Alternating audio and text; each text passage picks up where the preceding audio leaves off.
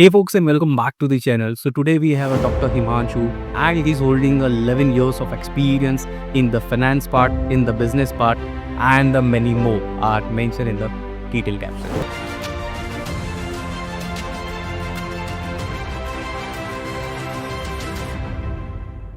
So सबसे पहले sir हमें बताइए कि what is the investment first and कहाँ पे कैसे इन्वेस्टमेंट करना चाहिए जिसको कुछ भी आइडिया नहीं लाइक जीरो से and what is the minimum amount to start this journey?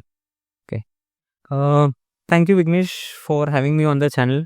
And अगर इन्वेस्टमेंट की अगर हम लोग बात करें, सोशल मीडिया ने ना आजकल इन्वेस्टमेंट को बहुत सिंपल तरीके से कॉम्प्लिकेट करके रखा हुआ है. Because whatever that we see on the social media, सब जगह पे SIP, mutual fund, stock market, FNO, ये वो करते जा रहा है. लोगों को वही बोला जाता है कि मार्केट में पैसा डालो, मार्केट में पैसा बनता है ना. FNO अगर कोई बोलता है, FNO एक ऐसा पागल घोड़े के जैसा ना बेलगाम घोड़ा है जहाँ पे टिप्स मिलती हैं, हम लोग पैसा डालते हैं, स्टार्टिंग में बहुत पैसा आता है. बट अगर हमको पता नहीं है ना FNO क्या चीज़ है, जब तक हम लोग ने उसके ऊपर स्टडी नहीं किया है, समझा नहीं है, क्योंकि उसमें डेरिवेटिव्स है, बहुत सारी चीज़ें हैं. FNO करना इज बेवकूफ़ी first and foremost. Again this is my personal experience getting invested into market में. नहीं तो नहीं 15-17 साल से मैं इन्वेस्टमेंट कर रहा हूँ स्टॉक मार्केट में. तो वहाँ पे मैंने आज तक कभी FNO में डाला नहीं है पैसा. I have never added my money into FNO, nor I have never traded. Short term trading कभी किया नहीं है लाइफ में. I have always believed in the fund of long term investment. Market में पैसा डालो, उसमें ना नहीं है, बट मार्केट में पैसा डालने के पहले कम से कम 6-8 बार का, साल भर का स्टडी, रिसर्च, होमवर्क, लोगों से मिलना, बैठना, बातचीत करना वो ज़रूरी है. स्टॉक मार्केट के साथ SIP, अगेन SIP में you have hell lot of options available. SIP में डालो, थोड़ा थोड़ा करके पैसा डालो, सो बहुत सारे प्लेटफॉर्म्स अवेलेबल हैं. उससे भी अगर बहुत simple at the very nascent initial stage में अगर पैसा डालना है ना, I would suggest put your money into post office schemes.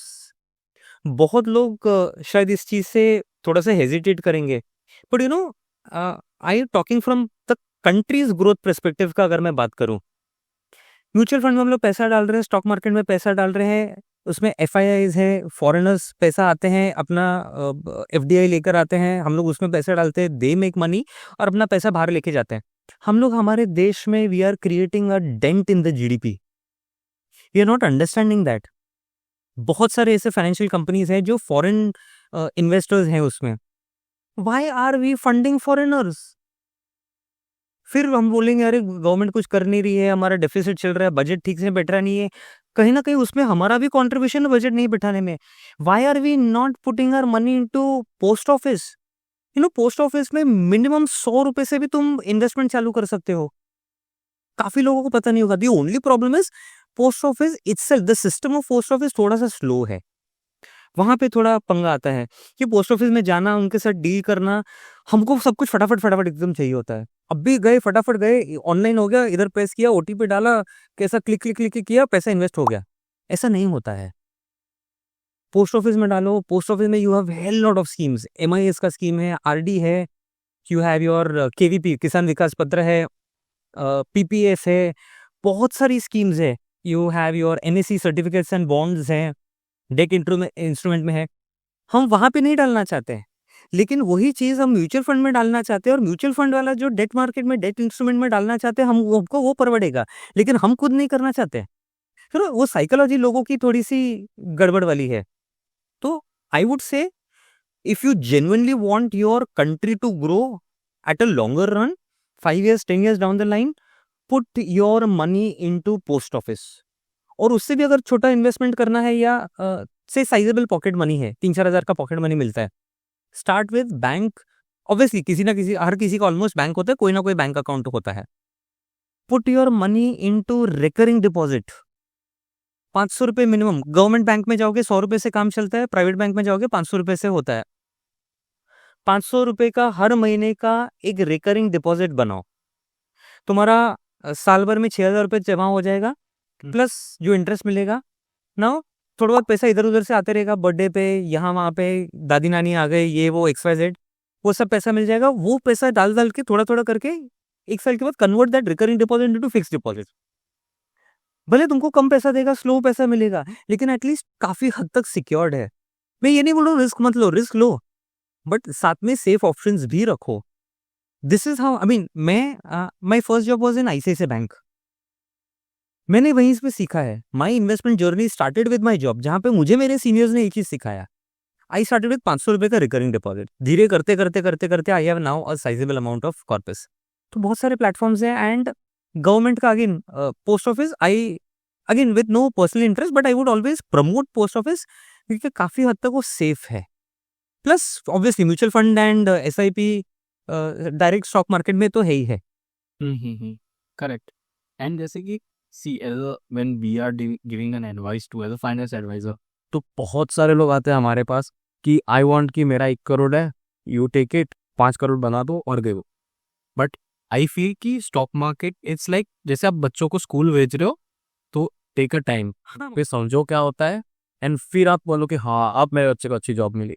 But people are not ready for कि हाँ ठीक है, लेट पेशेंस एंड चले। अब जैसे कि करंट मार्केट आप देखते हैं, हाँ। अब करंट मार्केट एक बहुत अच्छी रैली थी, अब वहां से मार्केट बहुत डाउन हुआ, right. And people are like buy the dip, buy the dip, buy the dip. Again dip पे बाय करना चाहिए, ऑब्वियसली अपॉर्चुनिटीज होती है, बट पता होना चाहिए कि कहाँ बाय, एग्जैक्टली। वरना तो वो खट होते ही जाएगा। तकरीबन 4.5-5 महीने से मार्केट में अच्छा खासा करेक्शन आया है, और उसमें सोशल मीडिया पे बहुत सारे ऐसे लोगों ने आके अपना अपना ज्ञान देना चालू किया, जिनको खुद को शायद मार्केट के बारे में पता नहीं है, या they are not authorise, because again see authority comes when you are SEBI registered. मैं सेबी रजिस्टर्ड नहीं हूँ, ना ही आप सेबी रजिस्टर्ड हो, तो हम एडवाइस नहीं दे सकते। लेकिन सी अगेन, जब लोग बोलते हैं बाय द डिप, हमने भी बोला है, I mean as a professor, मैंने भी अपने काफी स्टूडेंट्स को बोला है बाय द डिप, लेकिन कौन से स्टॉक में डालना, उसके लिए अपना होमवर्क तो करो पहले। मैं कल ये नहीं बोल सकता ना भाई कल सीधा एग्जाम है। हाँ, अरे कल एग्जाम अगर है तो मुझे तुमको पहले उसके लिए सिलेबस तो पढ़ाना पड़ेगा, मुझे तुमको प्रिपेयर करना पड़ेगा, मुझे तुम्हारा प्रैक्टिस टेस्ट लेना पड़ेगा, तब बाय द डिप। और बाय द डिप में कितना बाय करोगे, उतना पैसा भी तो होना चाहिए, और उतना पैसा बनाने के लिए अगर पैसा नहीं है तो क्या करोगे, लोन उठाओगे, पेरेंट्स के पास से लोगे ना। पेरेंट्स ने अगर, चलो मान लो अगर दे भी दिया, तो पेरेंट्स ने भी वो कहीं ना कहीं वो रिस्ट्रिक्शन डालना थोड़ा सा जरूरी है। और अगर दे भी रहे तो साथ में पेरेंट्स का वॉच होना भी जरूरी है कि भाई मेरा बेटा या मेरी बेटी अगर कहीं पे अगर पैसा डाल रहे हैं, डिप्स में डाल रहे हैं, अच्छी बात है, लेकिन किस चीज में, ऐसे स्टॉक्स में पैसा डालो जो भले दुनिया पूरी उसके बारे में बात करती है, ऐसे स्टॉक्स में डालो जो भले कॉमन है। लोग बोलते हैं मल्टी बैगर चाहिए, हिडन जेम्स चाहिए, हिडन जेम क्यों ढूंढना है हमें? 1 करोड़ का 5 करोड़ जैसा आपने बोला वो नहीं बन सकता। फोर्थ स्टैंडर्ड में डालो और बोलेगा भाई 2 साल के बाद मेरे बच्चे को ग्रेजुएशन सर्टिफिकेट दे दो, that is not possible, it is practically not possible. तो वहां पे डिप्स में डालो, थोड़ा थोड़ा करके पैसा डालो, कॉमन चीजों में पैसा डालो, ऐसी चीजों में पैसा डालो जो तुमको दिख रहा है कि बाहर लोग खरीद रहे हैं, कंजम्पशन हो रहा है। से for example, again I am not giving any stock recommendations, दिख रहा है ना लोग कोलगेट खरीद रहे हैं, हाँ। डालो कोलगेट में। सर कोलगेट तो बहुत महंगा है, कोलगेट पामोलिव का शेयर बहुत महंगा है, एचयूएल में डालो, नेस्ले में डालो, अरे 2,500 का शेयर है। अच्छी चीज हमेशा महंगी होगी। गोल्ड सस्ते में मिलता है, गोल्ड आज तकरीबन 90,000 10 ग्राम के आसपास है। मैं बोलूंगा मैं तुमको 60,000 में गोल्ड दे रहा हूँ, तुम एक बार ले लोगे, लेकिन दिमाग में एक बार 2 बार थॉट तो आएगा ना, यार ये 90,000 की चीज मेरे को 60,000 में दे रहा है, कुछ तो गड़बड़ है। बाय गुड थिंग्स, भले कॉमन होने दो, एक्सपेंसिव हो। नाउ अगेन, स्टॉक्स में जब डालना है पैसा, ऐसी चीजों में पैसा डालो जो कंजम्पशन वाली है। तुम भले अभी see again, I don't smoke, I don't drink, but मैं ऐसे प्रोडक्ट में पैसा डालता हूं जो उस सेक्टर से रिलेटेड हो सकते हैं। सेक्टर के बारे में पहले पढ़ो, समझो, जानो, understand it, and then you put your money. Randomly मत डाल दो। Again just because everybody is using Colgate, मैंने कोलगेट के स्टॉक्स में डाल दिया, जरूरी नहीं ना कि भाई 2 साल बाद 3 साल बाद कोलगेट चलेगा, नॉट नेसेसरी ना। कुछ कंपनी एफएमसीजी सेक्टर में कई सालों से चल रही थी, उनके ऊपर अभी अचानक से कोर्ट केस आ गया because of not providing good quality products in Indian market as compare to foreign markets. So understand the scenario. इसके लिए मैं बोला ना कि 6-8 महीने, साल भर का, मिनिमम साल भर का पढ़ो, समझो, टीवी में देखो, सोशल मीडिया में पढ़ो, न्यूज पढ़ो, न्यूज़पेपर पढ़ो। अभी न्यूज़पेपर का आदत चला गया नई जनरेशन में, न्यूज़पेपर आता ही नहीं है। कई कई स्टूडेंट्स को जब मैं पूछता हूँ, सर न्यूज़पेपर पढ़ते हो? नहीं सर, घर पे आता ही नहीं है। न्यूज़पेपर लेने का 2 फायदा है, पता है? एक, न्यूज़पेपर पढ़ने से नॉलेज बढ़ता है। दूसरा, बहुत सारे न्यूज़पेपर्स हैं जो तुमको 3-3, 4-4 साल या 2-2 साल के सब्सक्रिप्शन देते हैं। Again one of the leading newspaper, मैं किसी का नाम नहीं लेना चाहता, one of the leading newspaper 3 साल का सब्सक्रिप्शन देता है कुछ 1600-1700 रुपए में, 1600-1700 में, एंड उसके सामने आपको एक 400-500 रुपए के आसपास का गिफ्ट भी मिल जाता है, वो घर पे आ जाता है वंस चेक क्लियर हो जाता है। तो 300-400 रुपए का तो उधर ही मेरा कैशबैक के जैसा हो गया। जितना न्यूज़पेपर से जो रद्दी आता है ना, वो रद्दी बेचोगे ना, तो तुम्हारा वो 1600-1700 रुपए से ज़्यादा आएगा। ये बिज़नेस करने का पहला स्टेप है। आरओआई समझो। मैं घर पे न्यूज़पेपर लेता हूँ, मेरे घर पे 2 न्यूज़पेपर आते हैं, एक इंग्लिश और एक गुजराती।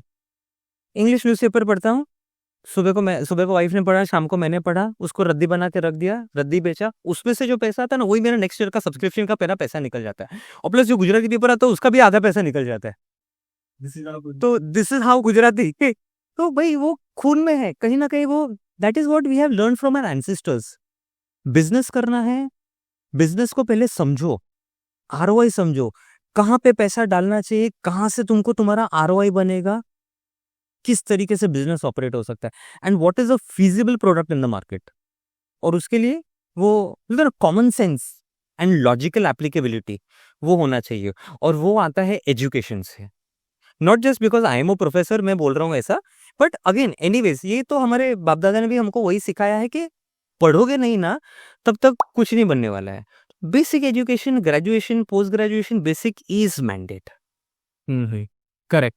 बट जैसे अब इसमें क्या सिनेरियो करंट मार्केट में हो रहा है, एजुकेशन की बात करते हैं। हाँ, अब जैसे कि कोई बच्चा है जो ग्रेजुएशन कंप्लीट किया, अब वहाँ पे बहुत सारी चीज़ें अब फेस करने लगा है, जो हमने देखा है, मैं वो बता राइट। अब एक बच्चा, उसको नहीं मालूम ना कि कैसे काम होता है ये सब एजुकेशन, ये फॉर्म कैसे फिल होता है, डिग्री कैसे आती है, बिकॉज़ फर्स्ट टाइम कर रहा है ऑब्वियसली, राइट। बट अब करंटली क्या होता है, अब एक बच्चा मान लो अगर एजुकेशन में डिग्री उसके पास आने वाला है, और लेट्स अज्यूम कुछ भी केटी आ जाता है या समथिंग हैपन, अब उसको वो सर्टिफिकेट निकालते जान निकल जाती है बच्चे की।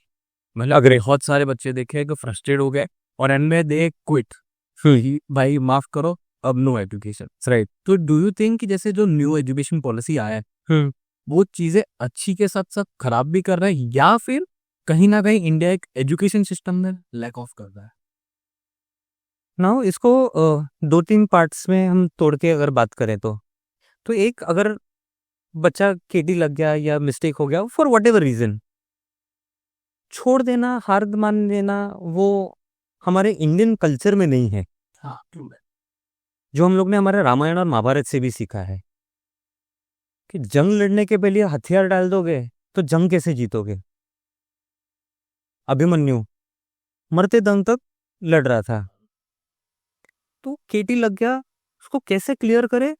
प्रोफेसर्स के साथ जाओ, बैठो, बातचीत करो। नाउ अगेन इट इज दोनों पार्टी का इसमें रोल है, जहाँ पे एक प्रोफेसर ने भी बच्चे को सपोर्ट करना चाहिए, क्योंकि कहीं ना वो आज भी बच्चे अपने प्रोफेसर को वो गुरु का दर्जा देते हैं। जहाँ पे जो हम लोग बोलते हैं ना एजुकेशन सिस्टम या टीचिंग प्रोफेशन एक नोबल प्रोफेशन, वो आज भी है। बट कहीं ना कहीं कुछ टीचर्स और प्रोफेसर्स ऐसे हैं जो बच्चों को बच्चों के जैसा ट्रीट नहीं करते, तो डिस्कनेक्ट की वजह से ये पंगा आता है। तो अगर किसी बच्चे को फॉर वॉट एवर रीजन केटी लग गया, ठीक है ना, वो फेलियर हुआ, वो फेलियर से उभरना चाहता है, बाहर आना चाहता है, as an educator, as a teacher हमारा वो रिस्पॉन्सिबिलिटी बनता है कि हम हमारे बच्चे का हाथ पकड़ के उसको बाहर निकल के लेकर उसको आगे प्रगति करने में उसको हम लोग मदद करें। ये एजुकेशन सिस्टम और प्रोफेसर्स या टीचर्स या एजुकेटर्स सबका उसमें it's a joint effort of all the parties, तो ही विन विन सिचुएशन आ पाएगा। दूसरा पार्ट था कि आगे बिजनेस बिजनेस के पॉइंट ऑफ व्यू से, तो बिजनेस के पॉइंट ऑफ व्यू से अगर आगे बिजनेस करना है, बिजनेस करे, अच्छी बात है, उसमें ना नहीं है, लेकिन बिजनेस करने के लिए पहले बिजनेस को समझो, नॉलेज अक्वायर करो, और वो नॉलेज अगेन आता है विथ एजुकेशन ऑल्सो। बिजनेस करने के लिए जो फील्ड में तुम्हारा एरिया ऑफ इंटरेस्ट है या एरियाज ऑफ तुमको लगता है कि शायद मेरा एक्सपर्टीज इसमें हो सकता है, उसमें उस इंडस्ट्री या उस फील्ड में कम से कम 6 से 8 10 साल के लिए नौकरी करो। स्लॉग योरसेल्फ, भले कितना भी गाली पड़े, कितना भी स्ट्रगल करना पड़े, कितना भी रोना पड़े, जब तक बिजनेस करने के लिए नीचे के दौर से गुजरोगे नहीं, तब तक बिजनेस कैसे होता है उसका अगेन फाइनेंसेस, मैट्रिक्स, ये सब चीज नहीं समझ में आएगा। तीसरा पार्ट जो हमने एनईपी का जो डिस्कशन किया, एनईपी में मुझे ऐसा लगता है NEP it's again it's at a very initial and a nascent stage, जहाँ पे there is a mixture of good and bad coming from the system. मुझे ऐसा लगता है, I may be wrong, but मुझे ऐसा लगता है कि एनईपी का इम्प्लीमेंटेशन ना कभी भी या कोई भी नए सिस्टम का इम्प्लीमेंटेशन हमेशा नीचे से चालू होना चाहिए, जहाँ पे नई जनरेशन को हम लोग उस तरीके से ढाल रहे हैं और उनको ऊपर लेकर आ रहे हैं।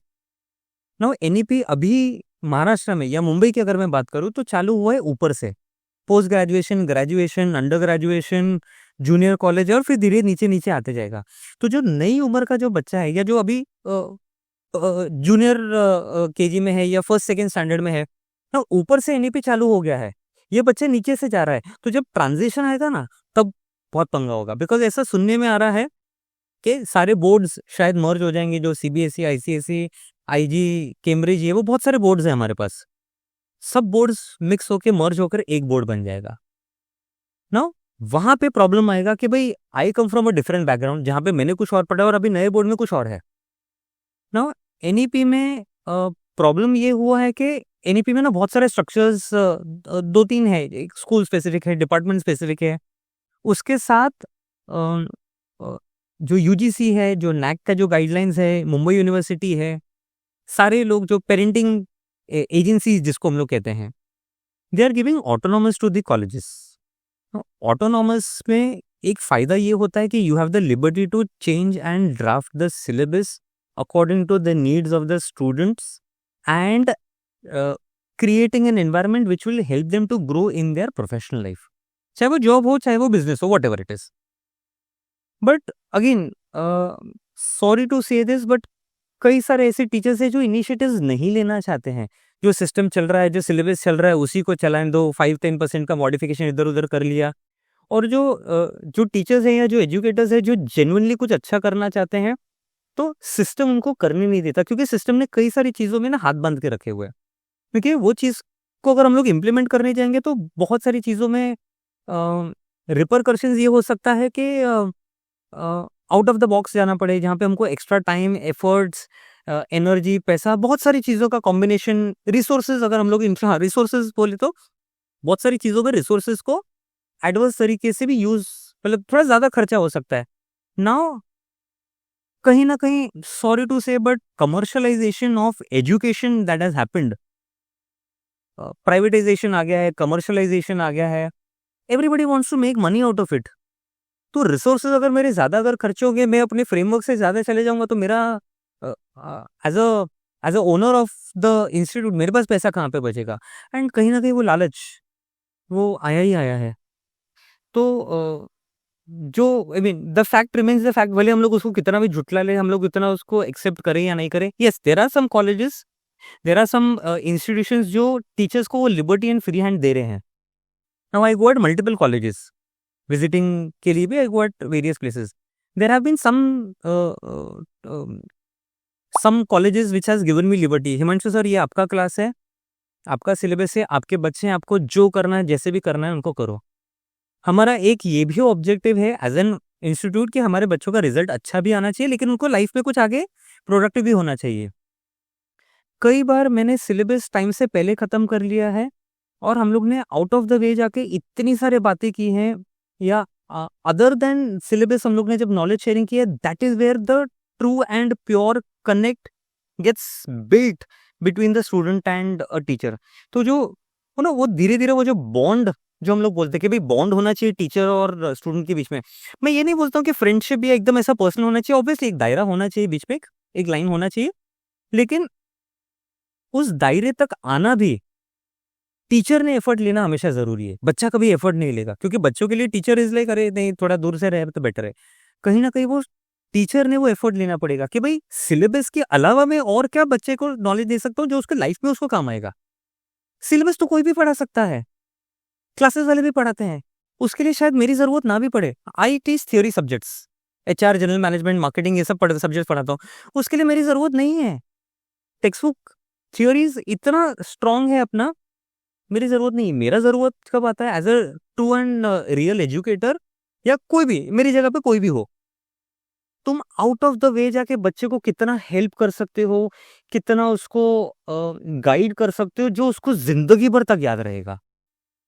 मैंने कई बार अपने सेशंस में, अपने क्लासेस में बच्चों को इन्वेस्टमेंट के लिए बोला कि भाई you start your life in investment, specially girls. क्यों? क्योंकि पता है इंडिया में ना लड़कियों के, इनफैक्ट लड़कों के भी, हर किसी के लाइफ में ना एक बहुत इंपॉर्टेंट एस्पेक्ट आता है जिसको हम लोग कहते हैं शादी।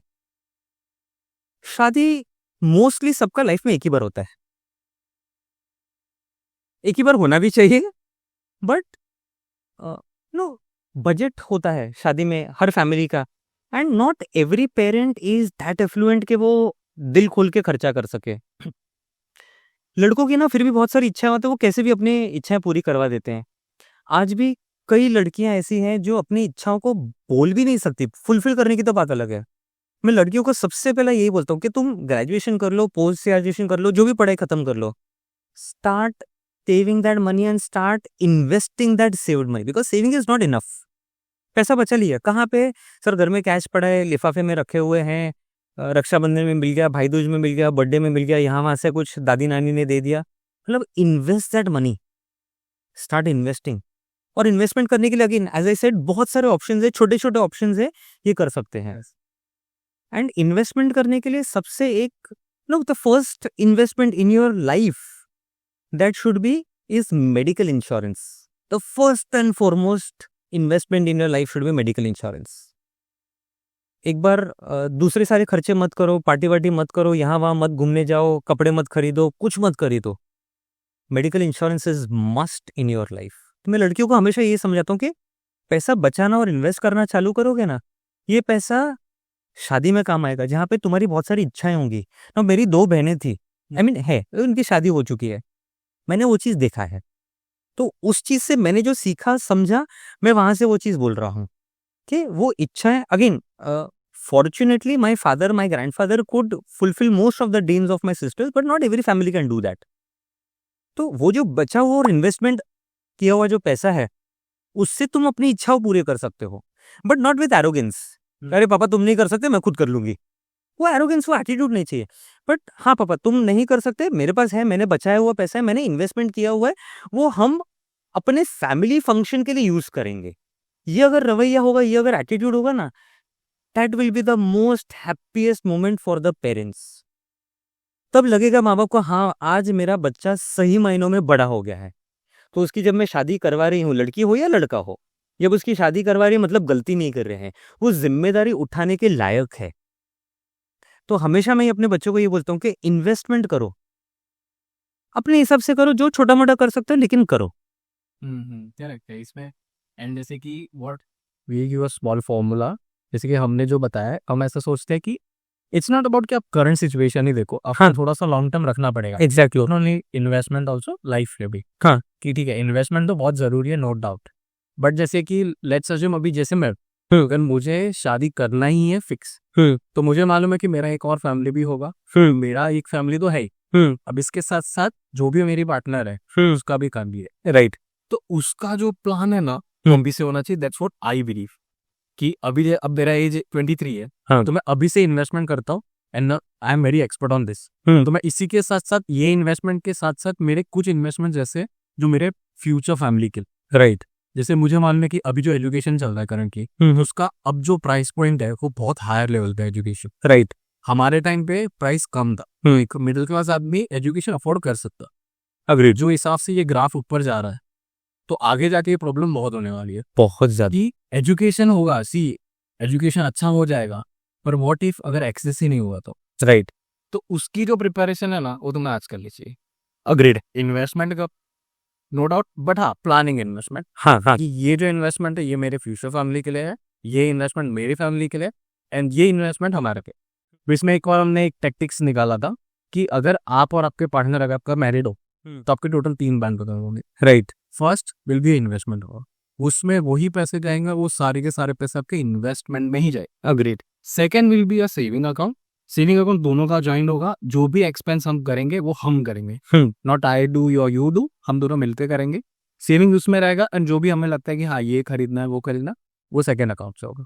And third account will be a retirement account, उसमें जो पैसा गया मीन्स को गया। अब हमारी इट्स अ लाइफ साइकिल, हमारे पेरेंट्स ने हमें कुछ चीज़ें दी इसलिए आज हम यहाँ, अब हमें कुछ चीज़ एड ऑन करनी पड़ेगी एंड देन हमें आगे मूव करना। लाइफ साइकिल है, तो उससे आप वो मैट्रिक्स से बाहर नहीं आ सकते, बट उसके लिए आपको प्लानिंग चाहिए। Exactly. तो you have to plan a very lock on this. तो this is what I feel. Agreed. Now, what you said, जो 3 बैंक अकाउंट, that is absolutely right. अभी से थोड़ा थोड़ा करके पैसा इन्वेस्टमेंट करना चालू करोगे, नो अगेन वो एक है जो करंट लाइफस्टाइल है अपना, उसको सरवाइव और सस्टेन करने के लिए शादी के बाद फ्यूचर फैमिली, नाउ एजुकेशन की जब हम लोग बात करते हैं, खर्चों की जब बात करते हैं, मैंने जब मेरा MBA किया तकरीबन 3-3.5 लाख रुपए में मेरा पूरा MBA हो गया था।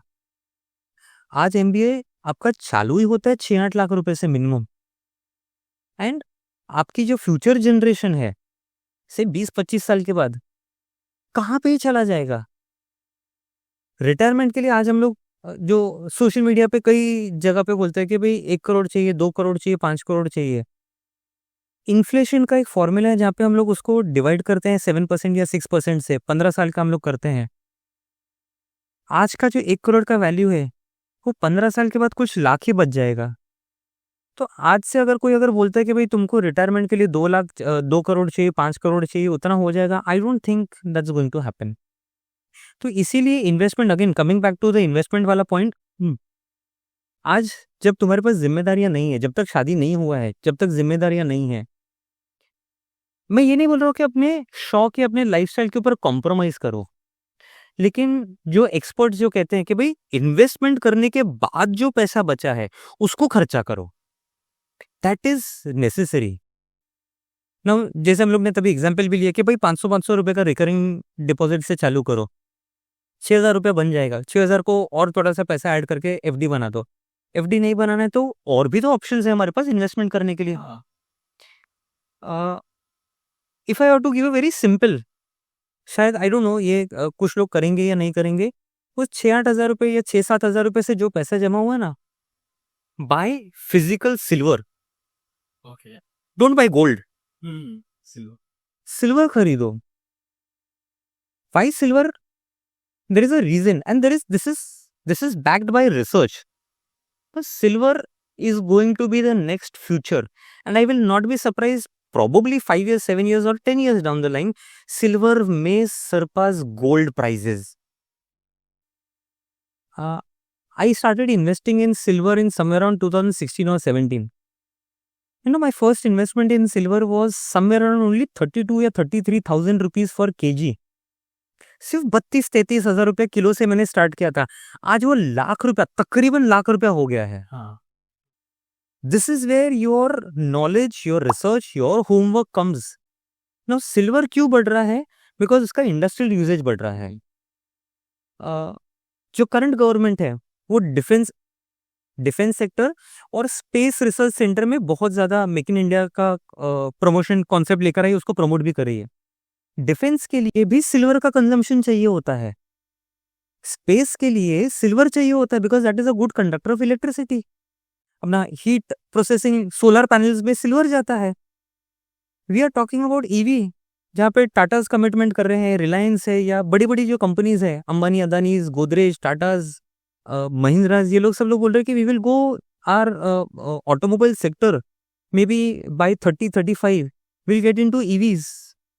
EV के लिए, इलेक्ट्रिक व्हीकल के लिए भी सिल्वर लगता है।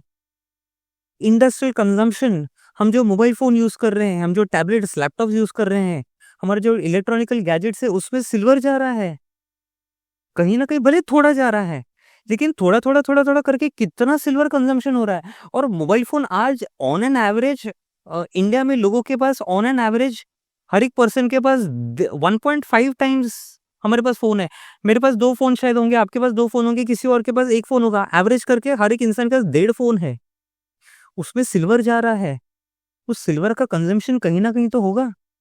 इफ यू रिमेंबर लास्ट जो ओलंपिक्स हुए थे, ओलंपिक्स होने के टाइम पे जो मेडल्स दिए गए थे वो सारे रिसाइकल फोन्स में से सिल्वर, गोल्ड, ब्रॉन्ज ये सब निकाला गया था। Think the amount of long term vision that these people have. Think about the homework that they are doing. कितना रिसर्च किया होगा, तब जाके पता चला होगा कि भाई नया क्यों ये करना है, इसी को क्यों ना रिसाइकिल करे। तो सब लोग से ई वेस्ट मंगा लिया, उसी को रिसाइकिल कर लिया और उसमें से मेडल दे दिए लोगों को। You are saving on environment. True that. तो बहुत सारे ऑप्शन है। गोल्ड ऑब्वियसली थोड़ा महंगा हो जाता है, अगर हम लोग इन्वेस्टमेंट कर सकते हैं तो थोड़ा थोड़ा गोल्ड खरीदो। ना गोल्ड में भी 2-3 ऑप्शंस होते हैं हमारे पास। एक जो एसजीबी आया करता था, एसजीबी में कर सकते थे, अभी तो 1 साल से तकरीबन वो आया नहीं है एंड प्रोबेबली आने वाला भी नहीं है। बट देन अगर हम लोग उसके ऊपर टैक्स पे करने को तैयार है तो buy it from the open market, secondary market में मिलता है। गो टू द ज्वेलर, वहां से हम लोग गोल्ड खरीद सकते हैं। ईटीएफ्स आते हैं, या हाँ ईटीएफ्स बहुत आ गए, गोल्ड सिल्वर दोनों में आ गए हैं। उससे भी अगर कोई जान पहचान का है ना, जो गोल्ड सिल्वर का दुकान है, या जिसका जो मेकिंग वर्कशॉप है गोल्ड का, तो वहां पे ना कारीगर के पास वो 1-1 किलो का स्लैब्स होता है। उस स्लैब में से ना तुम कट करवा के ले सकते हो, और वो स्लैब जब वो गोल्ड पे जब खरीदता है उसके ऊपर वो ऑलरेडी टैक्स पे करता है, क्योंकि वो बुलियन में से खरीदता है, तो वहां से तो ऑलरेडी टैक्स पे किया हुआ है। तो कुछ लोगों को लगता है कैश में लिया, कैश में बेच दिया, उसके ऊपर टैक्स नहीं आता है। वो रॉन्ग अजम्पशन है। हम वो कैश में भले खरीद रहे हैं, लेकिन वो टैक्स का पैसा भी वो जो सोनार है वो अपनी जेब से तो भरेगा नहीं, क्योंकि वो बुलियन को ऑलरेडी टैक्स दे चुके हैं, क्योंकि बुलियन में से तुमको हॉलमार्किंग करके वो बिल में ही आता है। तो you can even do that, but again उसके लिए थोड़ा ज्यादा चाहिए। तो जैसे हम लोग पनीर कटवा के लेते हैं, 150 ग्राम चाहिए, 200 ग्राम चाहिए, घर में 3 ही लोग हैं, 150 ग्राम 200 ग्राम कटवा के लिए, वैसे ही 1 ग्राम 1.5 ग्राम 2 ग्राम कटवा ले सकते हो। लेकिन वो सब लोग के लिए नहीं होता है, मतलब जान पहचान का कोई है, मेरा कोई फ्रेंड है, से आप कर रहे हो और आपका कोई जान पहचान का है, तो भाई ठीक है भाई हिमांशु भाई के लिए करवा दिया। बट देन आप नॉर्मली जाओगे तो आपको कोई नहीं करवा के देगा। वो भी किया जा सकता है। सिल्वर गोल्ड का मैं इसके लिए बोल रहा हूँ क्योंकि गोल्ड का ना, इफ यू बाय दैट 1 ग्राम 2 ग्राम का चिप ना, वो पैकेजिंग में आता है, प्लास्टिक के इसमें है, होता ही इतना सा है, लेकिन उसका पैकेजिंग वो क्रेडिट कार्ड के जैसा बड़ा होता है। पैकेजिंग का पैसा लिया जाता है जब खरीदोगे तभी भी और बेचोगे तभी भी। तो वो काटने का पैसा लेगा, तो उसमें 50-50 रुपए जाएगा, तकरीबन 40-50 रुपए ऑन एन एवरेज जाता है पर बाइंग एंड सेलिंग। तो 100 रुपए के आसपास उसमें तुम्हारा गया। 1 ग्राम में तुम्हारा पैसा ही कहाँ बनेगा। हाँ again if you are buying for 10-15 years 20 years down the line तो वो ठीक है, समझ में आता है। बट वो भी किया जा सकता है, पुट इनटू पीपीएफ। तो जैसे आप बोल रहे थे कि भाई लॉन्ग टर्म फ्यूचर के लिए, फ्यूचर फैमिली के लिए, PPF is one of the best investment instrument that is available in our country. 15 साल के लिए पैसा लॉक हो जाता है। वो लिक्विड पैसा म्यूचुअल फंड या शेयर में होता है ना, तो हाथ में ना खुजली आती है, अरे पैसा पड़ा है, मार्केट चढ़ रहा है, तेजी आ रही है, 15%, 20%, 25%, बेच दो। पीपीएफ में तुम हाथ ही नहीं लगा सकते, 15 साल के लिए पैसा ब्लॉक ना। उसमें अगेन 7 साल के बाद वो साइकिल चालू होता है, 7 साल के बाद कर सकते हो। लेकिन काफी सारे लोगों को पता नहीं होता है, तो उस पर मुझे जाना भी नहीं है, लोगों को ना पता वही बेटर है। 15 साल के लिए पैसा लॉक हो जाता है, 5-5 साल के साइकिल में हम लोग उसको रिन्यू करवा सकते हैं। You know the best part of PPF is it's a non attachable instrument. कल उठ के अगर तुम बैंकरप्ट हो गए, कोर्ट तुम्हारा सारा एसेट, सारा प्रॉपर्टीज को जब्त कर सकता है। पीपीएफ और ईपीएफ कोई हाथ नहीं लगा सकता। If you are an employee and अगर तुमको अगर ईपीएफ का ऑप्शन अगर मिलता है, you should always opt for it.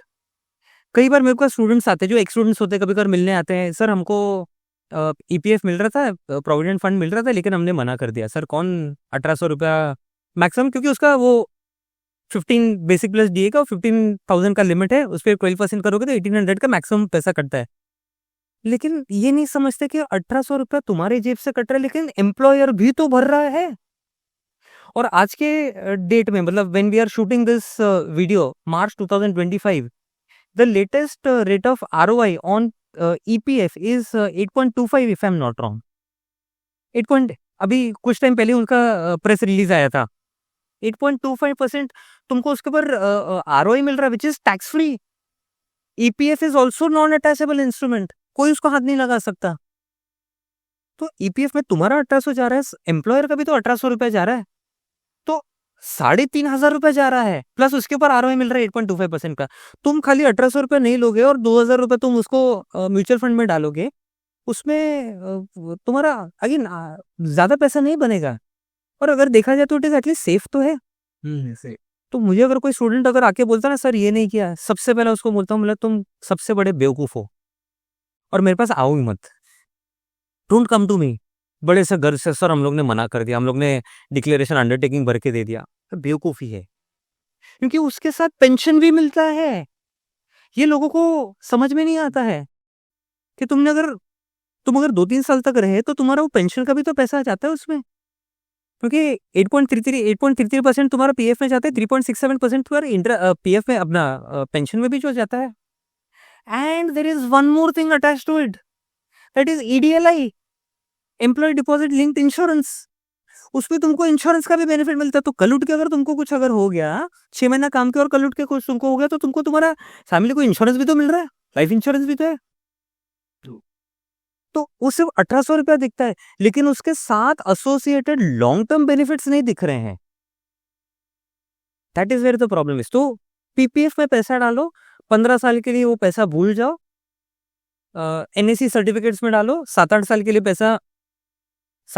पैसा ब्लॉक हो जाता है, उसमें वो पैसा डालो। केवीपी किसान विकास पत्र में पैसा डालो, 10 साल के लिए पैसा तुम्हारा ब्लॉक हो जाता है। तो लॉन्ग टर्म इन्वेस्टमेंट धीरे धीरे ऐसे ही करके बनता है। और एक बार वो हाथ में खुजली होगा ना, तो वो इम्पल्सिव बाइंग जो हम लोग बोलते हैं ना, वो आता है। बट ये डिलेड हो गया ना, शॉपिंग करना नहीं, क्योंकि पैसा ही नहीं है, पैसा तो इन्वेस्ट हो चुका है। फालतू की चीजें ना हम खरीदेंगे नहीं। तो that is how we start with our long term goals, with our long term investment, retirement planning. ये धीरे धीरे करके इस तरीके से होता है। और अगेन इंडियन साइकोलॉजी, एक बार गोल्ड सिल्वर घर में अगर आ गया ना, तो हम बेचते नहीं है, क्योंकि इमोशनल अटैचमेंट आ जाता है। एंड अगर उसको बेचने जाओगे भी, एक पेरेंट्स बेचने नहीं देंगे। चलो पेरेंट्स अगर मान भी गए, चलो ठीक है भाई, तुमने उसके लिए लिया था, इन्वेस्टमेंट के लिए लिया था, मैंने 30,000 में खरीदा, 33,000 में खरीदा, आज लाख रुपए हो गया, मैंने बेच दिया, मेरा ही दिल नहीं मानेगा। आज मेरे पास भी सिल्वर पड़ा है, तकरीबन 400-500 ग्राम पड़ा हुआ है, मुझे बेचना है उसको, दिल नहीं मान रहा है। अरे लाख रुपए हो गया, ठीक है ना, 1.25 लाख होगा, लालच। वो एक हिसाब से अच्छा भी है, आई am not selling of that. और ये अगर मैं किसी को बोलूंगा ना कि भाई मैं गोल्ड सिल्वर बेच रहा हूँ, पीयर प्रेशर आ जाएगा कि भाई इसका ना कुछ तो प्रॉब्लम हो गया है, अपने घर का गोल्ड सिल्वर बेच रहा है। वहां पे मेन तो पीयर प्रेशर, वो सोसाइटी प्रेशर तुमको बेचने नहीं देगा, जो इस हिसाब से अच्छा भी है। फॉरेन कंट्री में वैसा कल्चर नहीं है, इंडिया में वो है। तो मैं बोलता हूँ इंडियन कल्चर कुछ कुछ चीजें जो है ना, भले ट्रेडिशनल सिस्टम है, अच्छी है। तो पेरेंट्स अगर कुछ बोल रहे हैं, समाज अगर कुछ बोल रहा है, तो वो करना जरूरी है। इसमें correct.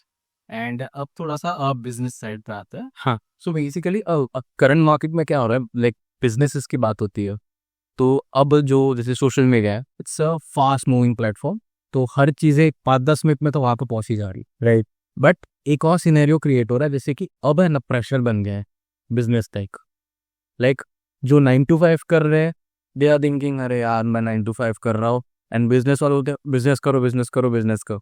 But the my point is, अगर सब बिजनेस में आएंगे तो पीछे काम कौन करेगा 9 to 5 वाले। एग्जैक्टली। इट्स अ को रिलेशन, अगर 9 to 5 वाले उतनी मेहनत करके काम कर रहे हैं, इसलिए बड़े बड़े बिजनेस सर्वाइव करते हैं एंड एक लॉन्ग टर्म में एक अच्छा वेल्थ बनाते हैं। तो व्हाट यू थिंक, जैसे कि अब कुछ लोगों को ऐसे डिमोटिवेट हो गए, वो लोग कह रहे मैं तो 9 to 5 करता हूँ, और आपस में हो जाता है अरे तू तो 9 to 5 करता है, मैं भी बिजनेस करता हूँ, तो वो उसका आपका क्या पॉइंट ऑफ व्यू है? सबसे पहला वो डिमोटिवेशन जरूरी है। क्या प्रोग्रेस करना है ना, या भागना है, चलना है, बड़ा होना है, जब तक गिरोगे नहीं ना, तब तक पता नहीं चलेगा। बिजनेस करना है करो, again I will come back to my previous point, business करना है करो। जब तक जो बिजनेस या जो सेक्टर में बिजनेस करना है, जब तक उसका इन एंड आउट नहीं समझोगे ना, तब तक तुम बिजनेस कर ही नहीं पाओगे। 9 to 5 करो। 9 to 5 का ना एक सबसे बड़ा एडवांटेज क्या है पता है, मैं 6 बजे 6:30 बजे घर पे आ जाता हूँ, शांति से फैमिली के साथ बैठा हूँ, आराम कर रहा हूँ, खा पी रहा हूँ, मुझे 10-15 छुट्टियां मिलती हैं, गणपति, नवरात्रि, दिवाली, ये वो फैमिली के साथ वेकेशन पे चले गया, कोई ऑब्लिगेशन नहीं है। मुझे सोचना नहीं है कि मैं नहीं रहूँगा तो गल्ला कौन खोलेगा, शटर कौन ताला मारेगा, चोरी हो गया, नहीं हुआ, ये है, वो है।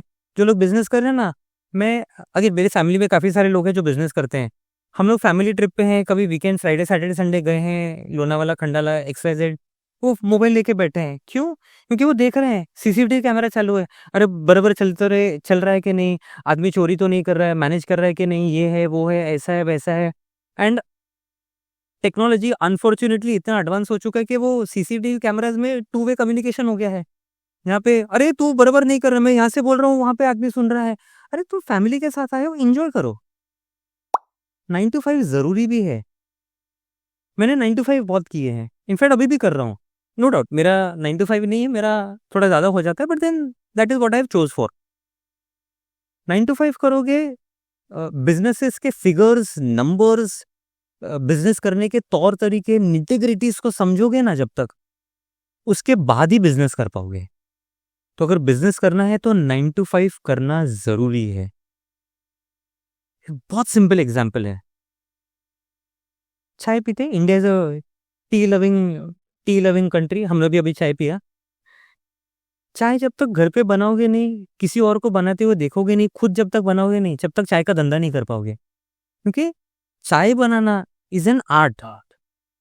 नो डाउट कॉफ़ी बनाना भी आर्ट है, लेकिन कॉफ़ी इज़ थोड़ा-सा सिंपल, मुझे ऐसा लगता है। आई मे बी रॉन्ग, मतलब हर किसी का अपना-अपना पॉइंट ऑफ व्यू है। क्योंकि चाय में ना बहुत सारे इंग्रीडिएंट्स जाते हैं। चाय पत्ती को डाला, शक्कर डाला, पानी में डाला, उसको उबालने के लिए डाला, फिर अदरक डाला, फिर दूध डाला और पकने दिया, फिर उसमें चाहिए तो थोड़ा-सा मसाला डाला। क्योंकि दूध में अगर तुम अदरक डालोगे ना तो दूध फट जाएगा। मेडिकल साइंस ये बोलता है कि अगेन कुछ लोग अभी आजकल ये चालू कर रहे हैं कि चाय बनाने के टाइम पे शक्कर नहीं डाल रहे हैं। मैं भी जब घर पे चाय बनाता हूँ, मैं चाय बनाने के टाइम पे शक्कर नहीं डालता। चाय को बिना शक्कर के बनाता हूँ मैं। बिकॉज़ शक्कर जब बनता है तो कैरमलाइज़ होता है। एंड मेडिकल साइंस आजकल नया ये बोल रहा है कि that is also one of the cause for cancer. Oh! And this I confirmed with one of my relative, my sister in law, she is a doctor and she is a homeopathic doctor basically, but then she knows too many things, she does too many things. Homeopathy है और सुजोग है, points, acupressure वगैरह काफ़ी सारी चीज़ें करते हैं। तो हम लोग ऐसे ही बैठे थे, तब मैं जब उनके घर पे गया था तब मैंने उनको देखा वो चीज़ करते हुए। मैं बोला, "भाभी शक्कर नहीं डाला?" बोलते, "नहीं, मैं आपको बाद में अलग से दूँगी।" तो अगर तुम देखोगे, पता है पुराने ज़माने में या ब्रिटिश लोग हमेशा चाय अलग होता था और शक्कर क्यूब्स, उनके यहाँ पे क्यूब्स का चलता था, हमेशा अलग होता था कि तुम अपने टेस्ट के हिसाब से डालो। वो तो है ही है, लेकिन उसका कैरेमलाइज़ नहीं होना और उसको कैंसर के रिलेशन में, दिस इज़ व्हाट साइंस आज कहता है। Again coming back to the point, जब तक हम उस फील्ड में उतरे नहीं है, जब तक हम लोग ने अपने हाथ नहीं डाले हैं, जब तक हाथ गंदे नहीं किए हैं ना, तब तक बिज़नेस नहीं कर पाएँगे। बाहर से हमको दिखता है कि भाई मेरा फ्रेंड बिज़नेस कर रहा है, हमको बिल्डिंग दिखता है, अरे बहुत मस्त बिल्डिंग उसने खड़ा कर दिया। ही इज़ मिंटिंग मनी, करोड़ों का बिज़नेस हो गया है, लाखों रुपया महीने का कमा रहा है।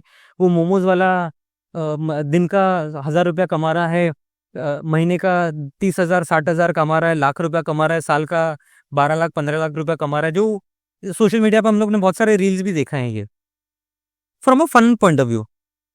लेकिन उस बंदे ने बहुत सारा होमवर्क किया है उसके ऊपर। उसने अपने आप को उस तरीके से ढाला है, उसने उसमें काम किया है, उसने भी नौकरी की है, तब जाके वो धंधा कर पाया है।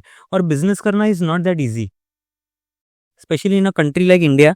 Excuse me, so India market जो अभी करंटली, अगर इंडियन मार्केट का हम बात करते हैं, तो अब जो ये नया जो एक वी कैन से एक रैली आया है हाँ। बिज़नेसेस का, तो देयर आर बिज़नेसेस जो जेन्युइन अच्छा बना रहे एंड स्केलेबल्स हो रहे हैं और वो समझ रहे कि क्या है।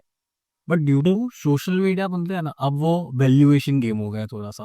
ये सोशल मीडिया ने ना बहुत लोगों के दिमाग में ना कचरपट्टी डाल दिया है, बहुत सारे एस्पेक्ट में। मैं ये नहीं बोल रहा हूँ कि पूरा 100% खराब है, 80% बहुत हाइप क्रिएट करके रखा हुआ है। नाउ इंडिया में बिज़नेस करना ना इतना भी ईज़ी नहीं है और इतना भी डिफ़िकल्ट भी नहीं है। बिकॉज़ बिज़नेस करना है तो बहुत सारे कंप्लायंसेस आते हैं। सिर्फ मान लो तुमको फूड बिजनेस चालू करना है, बोले फूड ट्रक भी क्यों ना चालू कर रहा हो, ये एक रास्ते पर ठेला भी क्यों ना लगाना हो, ठेला भी लगाना है तो बीएमसी से उस फुटपाथ पे या उस एरिया में बिजनेस करने के लिए परमिशन लगता है। प्लस जो लोकल चीज़ें होती हैं, जो एडजस्ट करना होता है, लोकल कॉम्पिटिशन से आजू बाजू वाले लोग हैं। लीगल बिजनेसेस की अगर हम लोग बात करें तो अगर से मुझे अगर अपना एक फूड स्टॉल अगर डालना है या फूड ट्रक भी डालना है, I need safety license, I need FSSAI, I need fire का लाइसेंस लगता है। मुझे अगर बिजनेस अपना स्टॉल अगर मैं डाल रहा हूँ या एक रिटेल स्टोर भाड़े पे लेकर कर रहा हूँ, I need Bombay stop and establishment, या जिसको हम लोग पहले गुमस्ता गुमस्ता कहते थे। मुझे बहुत सारी चीज़ें चाहिए होती हैं, इंफ्रास्ट्रक्चर चाहिए होता है। मुझे साथ में ये भी ध्यान रखना पड़ता है कि अगेन खाने-पीने की चीज़ में थोड़ा भी 19-20 अगर हो गया, तो कस्टमर के जान-माल के साथ मैं खेल रहा हूँ मैं, और अगर वहाँ पे गड़बड़ हो गया, तो then we are gone for toss. In fact any business for that matter. And if you are into service, service में तो हमको पहले सर्विसेज़ देनी पड़ती है, कस्टमर पहला पैसा देता है, और सर्विस इंडस्ट्री में there is no looking back. Customer अगर एक बार डिससैटिस्फाइड हो गया ना, तो वापस कभी नहीं आएगा। मैन्युफैक्चरिंग में या गुड्स में एक बार अगर कस्टमर डिससैटिस्फाइड हो गया ना, तो मैं एटलीस्ट उसको सॉरी बोल के उसको मैं पटा के वो ये बोल सकता हूँ, सर ठीक है गलती हो गया, पुराना प्रोडक्ट वापस दे दो, मैं आपको नया दे दूंगा, क्योंकि वो टच एंड फील एक्सपीरियंस है। सर्विस में तो है ही नहीं वैसा, बिकॉज मुझे पैसा तो वापस मिलेगा नहीं। मैंने ओला का टिकट लिया, मैंने एयर इंडिया का या इंडिगो का मैंने टिकट लिया, आई एम ट्रैवलिंग समवेयर, मुझे अगर राइड अच्छा नहीं लगा तो काउंटर पे उतर के मैं ये नहीं बोल सकता तुम्हारा सर्विस अच्छा नहीं था भाई, पैसा वापस मुझे दे दो, तुम्हारा सर्विस अच्छा नहीं था बोल के। Then they are not going to give me that money back ना। सर्विस इंडस्ट्री में customer satisfaction is the basic, because customer satisfaction again talking from theoretical point of view, customer satisfaction के चार stages होते हैं, dissatisfaction, satisfaction, delight and astonish. Service industry में dissatisfaction के लिए कोई जगह ही नहीं है, और कई सारे मैन्युफैक्चरिंग या कई सारे चीज़ों में डिससैटिस्फैक्शन के लिए जगह ही नहीं है, क्योंकि आज का कस्टमर, आज का ज़माना ना बहुत कॉम्पिटिटिव है।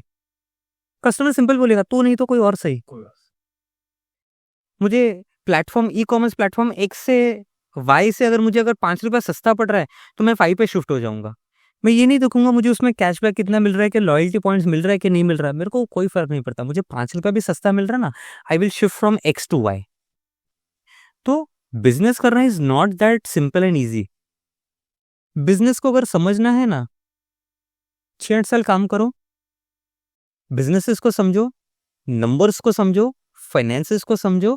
उसके साथ एक और बहुत मेजर इंपॉर्टेंट एस्पेक्ट है जो समझना है, जिसको हम लोग कहते हैं कस्टमर साइकोलॉजी या कंज्यूमर साइकोलॉजी। वो समझना जरूरी है।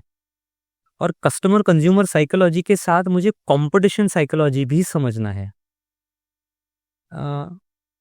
नोकिया 2005, 2010, 2007 के आसपास या 2005-7 तक नोकिया को लगता था Nokia is the king of Indian market, Nokia को कोई हाथ नहीं लगा सकता। उसने ना कस्टमर साइकोलॉजी को समझने का कोशिश किया, ना उसने कंपटीशन को समझा। इस चीज का फायदा उठाया सैमसंग ने। Samsung got with smartphones, touch screen phones, internet enabled phones लेकर आ गया। 6 महीने में सैमसंग ने पूरा रातों रात नोकिया का पूरा मार्केट खा गया, and Nokia went out of the market. वो स्वॉट एनालिसिस में समझ ही नहीं, उसका प्रोडक्ट लाइफ साइकिल ऐसा जुप करके नीचे गया कि उसको समझ ही नहीं पाया। उसने बहुत कोलैबोरेशंस किया, माइक्रोसॉफ्ट के साथ किया, माइक्रोसॉफ्ट को बेच दिया, वापस ले लिया, एंड्रॉइड पे आने का कोशिश किया, बहुत कुछ हुआ। आज आप मुझे बताओ, where does Nokia stands in the market and where does Samsung stands in the market? हाँ, तो this is just an example. तो इसके लिए कस्टमर साइकोलॉजी, कंपटीशन, बहुत सारी चीजें समझनी पड़ती हैं। सोशल मीडिया पे ना तुमको ये सब चीजें कोई नहीं सिखाएगा। तो इसके लिए मैं बोला कि वो डिमोटिवेशन जरूरी है। तो यहाँ पे वो डिमोटिवेशन फैक्टर जरूरी है कि जब तक गिरोगे नहीं ना, तब तक पता नहीं चलेगा कि भाई उठना कैसे है। खुद की गलतियों से सीखेंगे तो हम होशियार है, दूसरों के गलती से हम लोग अगर सीखेंगे तो हम स्मार्ट हैं, और हमको स्मार्ट खेलना है। और इसीलिए हमको education, again coming back, education is necessary, क्योंकि एजुकेशन में हमको सिखाया जाता है make your goals smart goals, and smart is an abbreviation. It has to be specific, measurable, realistic, attractive होना चाहिए, टाइम बाउंड होना चाहिए, अचीवेबल होना चाहिए। अट्रैक्टिव भी है, अचीवेबल भी होना चाहिए। तो स्मार्ट गोल्स बनाओ, और स्मार्ट गोल्स बनाने के लिए जब तक हम लोग जॉब नहीं करेंगे, 9 to 5 में जब तक जाएंगे नहीं, तब तक ऊपर बढ़ने का हमको रास्ता नहीं मिलेगा। सो वो एक सीढ़ी है, सीढ़ी पे कदम बाय कदम बढ़ सकते हैं। खाली ऐसा सीधा बिजनेस कर लिया क्योंकि फ्रेंड कर रहा है, फ्रेंड ने कुछ टिप्स दे दिया, आइडियाज दे दिया, मैंने भी अपना डाल दिया, सर्वाइव कहाँ करेगा वो? सर्वाइव करना जरूरी है, सस्टेन करना जरूरी है। सस्टेनेंस अगर नहीं है, वही स्टार्टिंग में फटाफट पैसा कमा लिया, वो एक 20-25 रुपए की कॉफी को फैंसी कॉफी बनाकर 150 रुपए में बेच लिया, लेकिन कस्टमर फैंसी कॉफी कितना पिएगा? वापस वो बेसिक पे आने वाला है। तो जहाँ पे 20 रुपए की कॉफी मिल रहा है वहीं पे ठेले पर जाएगा, तो तुम्हारा फैंसी कॉफी एक बार पिएगा, 2 बार पिएगा, क्योंकि 150 रुपए भी not everybody will put that amount of money ना। कितना पिएगा वो? तो वो धीरे धीरे वो फिर कस्टमर रिटेंशन कम होते जाएगा, कस्टमर लॉयल्टी नहीं आते जाएगा, और तुम कितना भी टैक्टिक्स लगा लो वो नहीं आने वाला है। तो बिजनेस करना is not that simple and not that easy. उसके लिए बहुत सारा बैकग्राउंड जाता है, होमवर्क जाता है, रिसर्च जाता है। तो बिजनेस करना चाहिए, अच्छी बात है, but over a period of time. और सब लोग अगर 9 to 5 में जाएंगे और मैं बिजनेस करूंगा तो मेरे पास 9 to 5 में कौन जॉब करेगा? वही मैं हम अगर 9 to 5 नहीं करेंगे तो ये बड़े बिजनेसेस बड़े बनेंगे नहीं, और वो बड़े बन रहे इसके लिए हम भी तो बड़े बन रहे ना, without any kind of tension and pressure. My first job was ICICI bank. ICICI bank में कोई है जो ऐसा बिजनेस की तरीके से कर रहा है, तब जाके मुझे एक्सपीरियंस मिला, नॉलेज मिला, एंड मैं सुकून से जी पाया, मैं अपने पैसा कमा पाया, मैंने अपना इन्वेस्टमेंट किया, मैं वो लाइफस्टाइल धीरे धीरे इंप्रूव कर पाया, जहाँ पे मैं अपने कॉस्ट ऑफ लिविंग से स्टैंडर्ड ऑफ लिविंग पर आ पाया। True that. एंड इसी में जैसे कि लाइक जब मुझसे कोई पूछता है कि I want to run the business, तो मेरा क्वेश्चन बहुत स्ट्रेट होता है, आप 5 साल तक ये बिजनेस जो भी आप आइडिया लेके आ रहे हो, यू टेल मी ये आइडिया में 5 साल रहोगे विदाउट एनी प्रॉफिट्स? तो ऐसे हो जाता है, अरे नहीं प्रॉफिट्स तो कही है ना यार। तो my point is if you want ना समथिंग, तो थोड़ा सा तो देना पड़ेगा एक सारी चीजें। इट्स नॉट की ठीक है बिजनेस स्टार्ट किया, रन किया, 1 करोड़ 2 करोड़ 3 करोड़ 10 करोड़, हाँ हो गया। एंड पहले के टाइम पे जब बिजनेसेस आते थे तो पहले वो मजबूरी होती थी कि किसी का भाई मजबूरी हुआ और बिजनेसेस बनते थे। अब थोड़ा सा कैसा हो गया, इट्स लाइक फैशन कि ये करेगा, ये भी कर रहा है, okay now I am the business, मैं भी करूंगा ये चीज। तो उससे में थोड़ा सा बाहर आना पड़ेगा, थोड़ा मैट्रिक्स समझना पड़ेगा कि प्रोडक्ट, जैसे प्रोडक्ट का प्राइसिंग की बात की आपने, अब जैसे सैमसंग और नोकिया की बात की, अब there is Apple. Current market Apple का जो था पहले का मार्केट, और करंट जो अभी जो मैच समझता, तो पहले एप्पल वाज द फोन जो अच्छा उसका टारगेटेड ऑडियंस था, लिमिटेड लोगों के पास ही फोन था वो। But due to anything Apple and कुछ केस आ गया जी, ठीक है अब एप्पल इज रेडी टू पे कि ठीक है EMI का आप ले सकते हो फुल विथ 0 कॉस्ट। तो अब जो एप्पल का नया मार्केट बना है, तो आई डोंट प्रीफर, अब जैसे मुझे अगर एप्पल लेना होगा ना तो मैं नहीं ले पाऊंगा। मेरे दिमाग में सबसे पहले आता है अरे कल इनके पास भी एप्पल था यार। हाँ पहले कैसा था कि मेरे पास एप्पल है, अब वो डाउन हो गया था। आपको पहले मार्केट स्ट्रक्चर के साथ साथ टारगेटेड ऑडियंस पे भी फोकस करना चाहिए if you want to do this all things. तो ना एप्पल सर्वाइव कर पा रहा है, लेकिन कितना करेगा ना long term, may be 5 years down the line, I have question mark in Indian markets. Apple बेच रहा है, सबको फोन दे रहा है, लोन पे दे रहा है, EMI पे दे रहा है, सब कुछ हो रहा है। You know one of the research says that 80 to 85% of the phones, Apple phones in Indian market जो बिक रहे हैं, वो सब EMI पे हैं। और ऐसे लोग वो फोन्स खरीद रहे हैं जिनके शायद उस तरीके के लेवल्स नहीं है खरीदने के लिए, लेकिन अपने आप को वो बड़ा बताने के लिए या दिखावा करने के लिए they are buying that phone, क्योंकि दुनिया में दिखाना है। एप्पल का target audience is actually not people from the elite class, it is people from middle class who wants to show that their standard of living or their lifestyle is actually at a specific area or a specific level, जो हकीकत में नहीं है। It is all a psychological, it is all a psychological game. Marketing करके उसको बहुत ज्यादा hype किया हुआ है। मैं मेरी अगर बात करूं, मेरे पास MI का फोन है, 12,000 का फोन है, टूट गया, गुम हो गया, चोरी हो गया, डेटा तो वैसे भी क्लाउड पे है तो कोई प्रॉब्लम नहीं है, वो रिट्रीव हो सकता है, 2-4 घंटों का काम है वो। लेकिन अगर गुम हो गया, टूट फूट हो गया, कुछ भी हो गया, कोई फर्क नहीं पड़ता मुझे। मेरा बेटा 6 साल का है, काफी बार मेरे फोन से खेलता है, कभी कभार गिर जाता है, ऑब्वियसली वो चीज मेरे को कोई गम नहीं लगता। अगर मेरे पास वो 1.25 लाख 1.5 लाख का अगर फोन है, और अगर वो गिर गया, उसका अगर खाली कांच भी टूट गया तो 25-30 हज़ार रुपए तो खाली कांच टूटने का जाता है। एंड वो जो डिससैटिस्फैक्शन या वो जो फ्रस्ट्रेशन होगा, अभी मैं मेरे बेटे के ऊपर कहाँ फ्रस्ट्रेशन निकालूंगा? 6 साल का, उसको थोड़ी समझ में आता है कि 25,000 का क्या वैल्यू है या आईफोन का क्या वैल्यू है। वो ही is not going to understand. वो तो बोलेगा, अरे वो थोड़ा रो लेगा, सॉरी बोलेगा, बात खत्म होगी उसके लिए। मैं उसको चिल्ला ही नहीं सकता। अगर मेरे हाथ से भी अगर हो गया तो खुद के ऊपर तो गुस्सा आएगा। एंड गॉड फॉरबिडन, अगर वो गुम हो गया तो मिनी हार्ट अटैक आ जाएगा।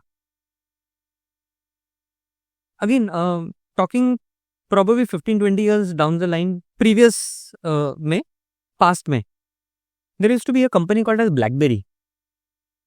BlackBerry was once upon a time only for executive class people, क्योंकि उसमें पुश ईमेल और पुल ईमेल का ऑप्शन होता था। वो बाय डिफॉल्ट BlackBerry में दिया हुआ था। 20-25 साल पहले वो कुछ 30-35 हज़ार का हुआ करता था, तो तभी वो इतना एक्सपेंसिव था और सबके पास नहीं होता था। इफ यू आर ब्लैकबेरी मतलब you are CEO, CFO, managing director, board of director, VP, zonal head, boss, तुम वो फोन देखकर समझ में आता था बॉस यू आर समबडी।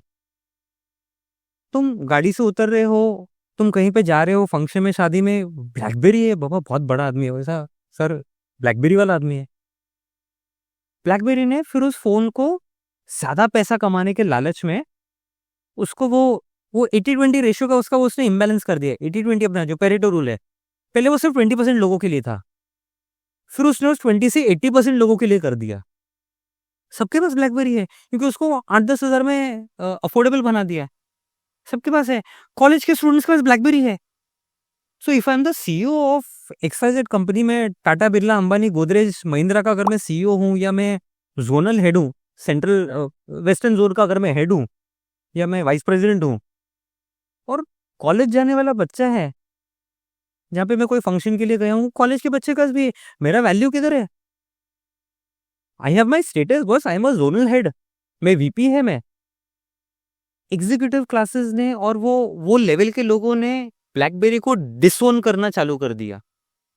बच्चों के पास भी है और उसका ब्लैकबेरी ने अलग तरीके से एटीट्यूड, एरोगेंस, बिहेवियर जो भी हम लोग बोले, it did not work well in the society. BlackBerry का ना एक ऐड आता था, we are the BlackBerry boys.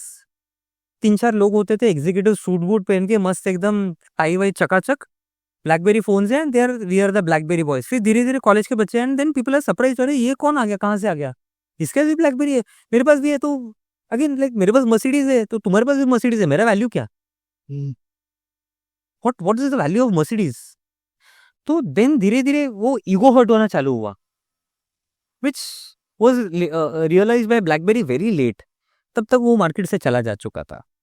Then फिर नोकिया का भी डाउनफॉल आया, ब्लैकबेरी भी गया, सैमसंग आया, फिर तो अदर प्लेयर्स भी आने लगे। सो दैट इज वेयर, अगर हम ऐसा कोई बिजनेस कर रहे हैं या ऐसे किसी चीज में है यहाँ पे हम लोग को लॉन्ग टर्म सस्टेनेबल के बारे में सोचना है। तो जैसे आपने बोला कि भाई कोई आता है बिजनेस करना है, 5 साल बिजनेस बिना पैसे, बिना प्रॉफिट, बिना या इवन विद लॉसेस झेल पाओगे क्या? Zomato is a very classical example for that. तो लॉसेस कर रहा था लेकिन आज भी सरवाइव कर रहा है। क्यों? क्योंकि वो कस्टमर सेटिस्फैक्शन पे फोकस कर रहा है एंड वो conversion of customer satisfaction to customer delight वो जा पा रहा है। तो लॉसेस होने के बावजूद भी वो मार्केट में सरवाइव कर रहा है, सस्टेन कर रहा है। उस जोमेटो और स्विगी के साथ बहुत सारे कंपनीज आए थे। एक कंपनी आई रिमेम्बर, फूड पैंडा करके कुछ, रिसेंट फूड पैंडा करके आया था, थोड़ा टाइम चला, बंद हो गया, चल ही नहीं पाया। लॉसेस झेलने की ताकत नहीं थी, जोमेटो में थी वो ताकत, क्योंकि वो खुद का पैसा भी डाल रहा है और फोकस बहुत क्लियर है, विजन बहुत क्लियर है। उसके कंपैरिजन में पेटीएम, आज हम लोग देख रहे हैं जोमेटो कहाँ है और पेटीएम कहाँ है। तो बिजनेस करना है तो सस्टेनेबिलिटी, फिजिबिलिटी, तो ये सब चीजें जरूरी है। एंड अगेन ये सब चीजों के बारे में नॉलेज आएगा विद एजुकेशन। ये basic education under graduation programme में ये सब सिखाया जाता है। बेसिक, भले थियोरी है, बेसिक सिखाया जाता है, लेकिन सिखाया जाता है। पर लोगों को लगता है ये कहाँ हमको लाइफ में काम आने वाला है। फिर 3-4 साल हो जाते हैं, बाहर मार्केट में चल रहा है बिजनेस बिजनेस बिजनेस, बिजनेस में घुसना है, अरे भाई बिल्डिंग बांध लिया, फाउंडेशन पिलर ही तुम्हारा कमजोर है। कितना भी तुम ताजमहल बांध लो, तुम्हारा अगर फाउंडेशन ही अगर अच्छा नहीं है तो गिर ही जाने वाला है। तो फ्यूचर सस्टेनेबल पे I think the generation needs to work on that, have that clear smart goals, futuristic vision, क्या करना है, कैसे करना है, जॉब करो, शांति से बैठो, सुकून से, जस्ट बिकॉज कोई और कर रहा है कंपेयर मत करो, सब उंगलियां सरी की नहीं है ना, बड़ा छोटा है, तो इसको और इसको कंपेयर नहीं कर सकते। ट्रू। और जब तक अगेन अगर कंपेयर करना है तो ऐसे करके कंपेयर करना पड़ेगा, तो सब साथ में आएंगे। तो 9 to 5 वाला और एंटरप्रेन्योर सब लोग जब तक साथ में नहीं आएंगे तब तक बिजनेस हो नहीं पाएगा। और इसके लिए कंप्लायंसेस को समझना भी जरूरी है। भले कंसल्टेंट हायर कर लेंगे, सब कुछ कर लेंगे, मैनेज भी हो जाएगी कुछ चीजें, लेकिन लॉन्ग टर्म डिफिकल्ट है पकड़ना। तो लॉन्ग टर्म के लिए ये कुछ फंडामेंट्स है जो जरूरी है ही है। और मैट्रिक्स में तुम्हारा पैसा, फाइनेंस, बजट, ROI ये सब चीजें आ जाती है। तो जब तक फंडामेंट समझेंगे नहीं, वो मैट्रिक्स में हम वो फिल इन द ब्लैंक्स आएगा ही नहीं। तो मैट्रिक्स के लिए अगेन 9 to 5 जरूरी है ही है। करेक्ट। एंड जैसे अभी हम करंट मार्केट देखते हैं तो देयर आर मल्टीपल बिजनेसेस जो अच्छे भी चल रहे हैं, नो डाउट, एंड कुछ ऐसे बिजनेस है जो यंग लोगों ने स्टार्ट किए and they are doing good, but the problem is the social media और we can say social cause वाली थिंग भी। अब जैसे जोमेटो ने आपने बताया, अब there are multiple channel marketing happen क्योंकि उनके पास नॉलेज है, राइट। अब जैसे कि जोमेटो है, अब जोमेटो का मार्केटिंग, जब वो जोमेटो नया आया था तो उसका मार्केटिंग पैटर्न जो था वो बहुत अच्छा था। लाइक जोमेटो का बेसिक जो रेवेन्यू था वो इस मॉडल पे था ही नहीं कि तुम्हें डिलीवरी दे रहे, उस पर वो पैसा कमा ही नहीं रहा था। उसका मेन एजेंडा था कि जो भी रेस्टोरेंट्स उसमें लिस्ट हो रहे वहां से पैसा बनाएगा। एग्जैक्टली। तो this is how they learn and they execute. अगर आप ऐसे सोचोगे कि आइडिया है मेरे पास अब मैं करूंगा, ऐसा नहीं होता। 140 करोड़ का हम देश लेके चल रहे हैं आज, हर किसी के पास आइडिया है। जब एग्जीक्यूशन आता है ना तो इट्स नॉट टू इम्पॉसिबल कि मान लो अगर 10,000 आइडिया है तो उसमें से 3 या 4 आइडिया होगी जो आगे बढ़ती है एंड देन वो काम करेगा। बट सोशल मीडिया के लिए this is fast, idea, execution, profits, घर ही। सो वो नहीं होने वाला है इसमें। ऐसे नहीं होता, ऐसे नहीं होता है। नाउ अगेन टेकिंग जोमेटो, बहुत कम लोग को पता है जोमेटो का प्राइमरी बिजनेस फूड डिलीवरी है ही है। ट्रू। जोमेटो का primary business is data collection and data analysis. True. आप फुटबॉल मैच देख रहे हो, आप क्रिकेट मैच देख रहे हो, एज अ कंज्यूमर आप कौन से लोकेशन में रह रहे हो, आप कौन सा टाइप का खाना प्रेफर कर रहे हो, क्या टाइम जोन पे वो खाना मंगा रहे हो, सुबह का नाश्ता, दोपहर का लंच, शाम का रिफ्रेशमेंट, रात का डिनर या लेट इवनिंग क्रेविंग्स, उस डेटा को ले रहा है, उसको एनालाइज कर रहा है। Zomato is actually a data analysis company जहाँ पे वो सिर्फ डेटा लाइटर है। मुझे रेस्टोरेंट चालू करना है, मैं कहाँ पूरे घाटकोपर में या अंधेरी में या दादर में या चर्चगेट में, मैं कहाँ पे सब जगह जाऊंगा और होमवर्क करते बैठूंगा। मेरे पास उतना रिसोर्सेज नहीं है, टाइम नहीं है, एनर्जी एफर्ट्स नहीं है, कुछ नहीं है। मैं जोमेटो के पास जाऊंगा। भाई जोमेटो मुझे दादर ईस्ट का मेरे को डेटा चाहिए, वो मुझे सब कुछ दे देगा। मुझे अंधेरी वेस्ट का डेटा चाहिए, मुझे चर्चगेट का डेटा चाहिए, मुझे भाईंदर मीरा रोड का मुझे डेटा चाहिए, मुझे कुर्ला का डेटा चाहिए, मुझे XYZ का लोकेशन का डेटा चाहिए। वो तुमको एट अ कॉस्ट दे रहा है। तो Zomato is acting as a consultant also. काफी सारे जो नए रेस्टोरेंट्स आ रहे हैं, स्टार्टअप्स आ रहे हैं, specially in the food business, उसमें जोमेटो वो तुमको डेटा प्रोवाइड कर रहा है, वो उसका प्राइमरी बिजनेस है। तो is very clear on the भाई उसको क्या बिजनेस करना है। और प्लस साथ में वो डेटा कलेक्शन तो कर ही रहा है, उनको खाना भी दे रहा है। ये तो 40-50 रुपया डिलीवरी बॉय को देकर वो 10 पर वो, सेकंड डिलीवरी बॉय का खुद का भी एक्सपेंसेस है, तो उसे 50 रुपए में अगर वो 35 रुपया या 40 रुपया डिलीवरी बॉय को दे रहा है, खुद को 10 रुपया रख रहा है, तो कहाँ उसका पैसा बन रहा है। तो कहीं अगर हमको लग रहा है कि भाई अगर हम लोग ये सोशल मीडिया को देखकर पैसा बना लेंगे, सब लोग बोलते हैं भाई इंडिया मार्ट से बिजनेस प्रोडक्ट खरीदो, 200 रुपये का इंडिया मार्ट पे मिलता है, 1000 रुपये का हम लोग अमेजोन या फ्लिपकार्ट पे बेच देंगे, 800 रुपये मिलेगा। अरे उसके पीछे अमेजोन और फ्लिपकार्ट का प्लेटफॉर्म चार्जेस है, उसका कमीशन है, तुम्हारा पैकेजिंग चार्जेस है, अगर उसमें अगर प्रोडक्ट रिटर्न आया, रिजेक्ट हुआ, डैमेजेस हुआ, वो सब भी तो है। वो सब कोई बात ही नहीं कर रहा है क्योंकि लोगों को पता ही नहीं है। तो सोशल मीडिया बोलता है कि भाई बिजनेस करो, बिजनेस करो, बिजनेस करो। We are seeing only the success stories. हाँ, 140 करोड़ की आबादी में से अगर हम लोग ये सक्सेस स्टोरीज को अगर देख ले तो इट इज हार्डली 0.00 कुछ परसेंटेज में आएगा। It is not even 1%। But that वो जो 0.00 है उसको इतना ग्लोरीफाई कर दिया है लोगों ने। वेरी सिंपल एग्जाम्पल, MBA चाय वाला चालू हुआ था, जो स्पीड से चालू हुआ, आज कहाँ है MBA चाय वाला? गायब हो गया है। ट्रू। तो जो स्पीड से उससे जो स्टीप से ऊपर गया था उसी स्टीप से नीचे भी आया है। Rome was not built in a day, बूंद बूंद से मटका भरता है। तो तुम बोलोगे भाई एक साथ ही मैं कुछ कर लूंगा, बहुत मार्केटिंग कर लिया, सोशल मीडिया पे बहुत हुआ कर लिया, बहुत हल्ला कर दिया। सोशल मीडिया को इस्तेमाल करो, मैं मना नहीं कर रहा हूँ। Social media is one of the best weapon. Social media को इस्तेमाल करो, उसमें अपना प्रोडक्ट लिस्ट करो, अपने बिजनेस को लिस्ट करो, धीरे धीरे धीरे धीरे करते करो। बट साथ में जो ट्रेडिशनल बिजनेस है, जो ऑफलाइन बिजनेस है, वो भी सपोर्ट के लिए जरूरी है। सिर्फ एक हाथ से ताली नहीं बजती। अगर तुमको अगर कंपटीशन के अगेंस्ट में अगर जीतना है, again no one of my favourite movie Baahubali. दो भाई थे ना, हाँ, Baahubali and Bhallaladeva. Baahubali traditional weapons, Bhallaladeva new weapons.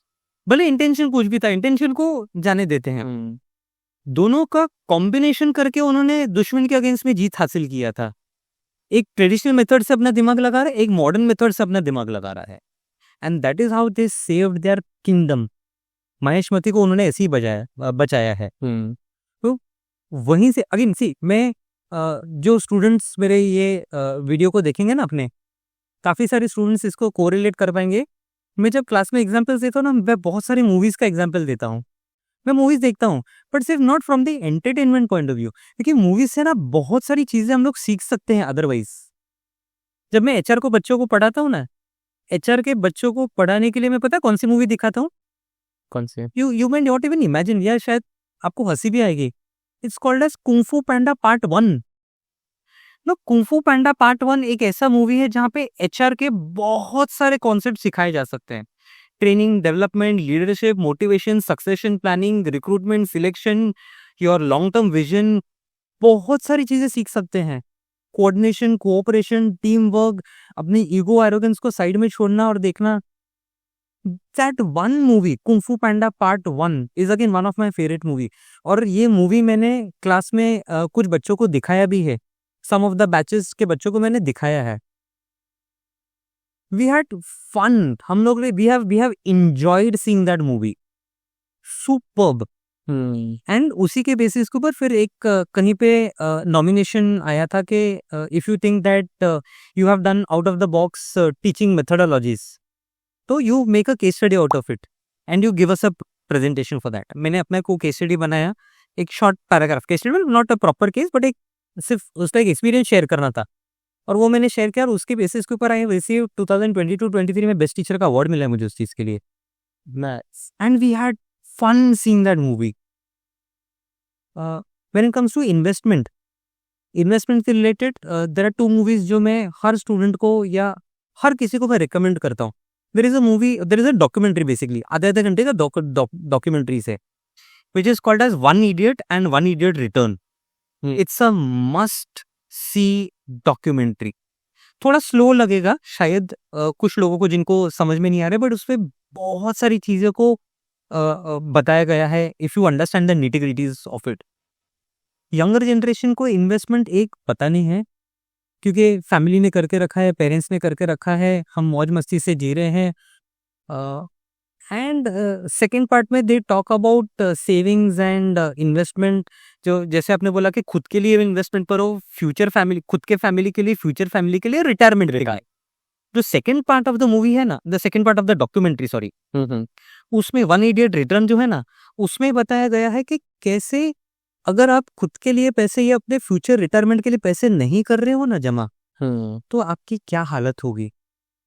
I would suggest you, even you or any of our viewers, one idiot and one idiot return YouTube पे available है। उसका link चाहिए तो आप डिस्क्रिप्शन में डाल दो। I would recommend that movie to see 110%। It would be an eye opener for most of the viewers. It's a must watch movie.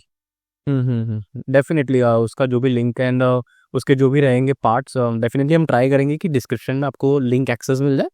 You must watch that also. अब बढ़ते सर वीडियो के and point पे, जैसे कि जो हमारा young generation है, जो हम इतना जिन पे हम डिपेंडेंट है कि यही अब फ्यूचर है हमारा, तो उनको आप कौन सी 3 एडवाइस देना चाहोगे, नॉट ओनली इन फाइनेंस और बिजनेस, ओवरऑल लाइफ के लिए कोई 3 ऐसे एडवाइस जो मस्ट डू, और ये चीज कर लो फिर जो करना है यू कैन डू यार। 3 एक्चुअली बहुत छोटा नंबर है, हाँ हाँ। But if you have to narrow down on 3, 3। first and foremost, I would say buy medical insurance. The first investment or the first putting of your money into something is buy a medical insurance.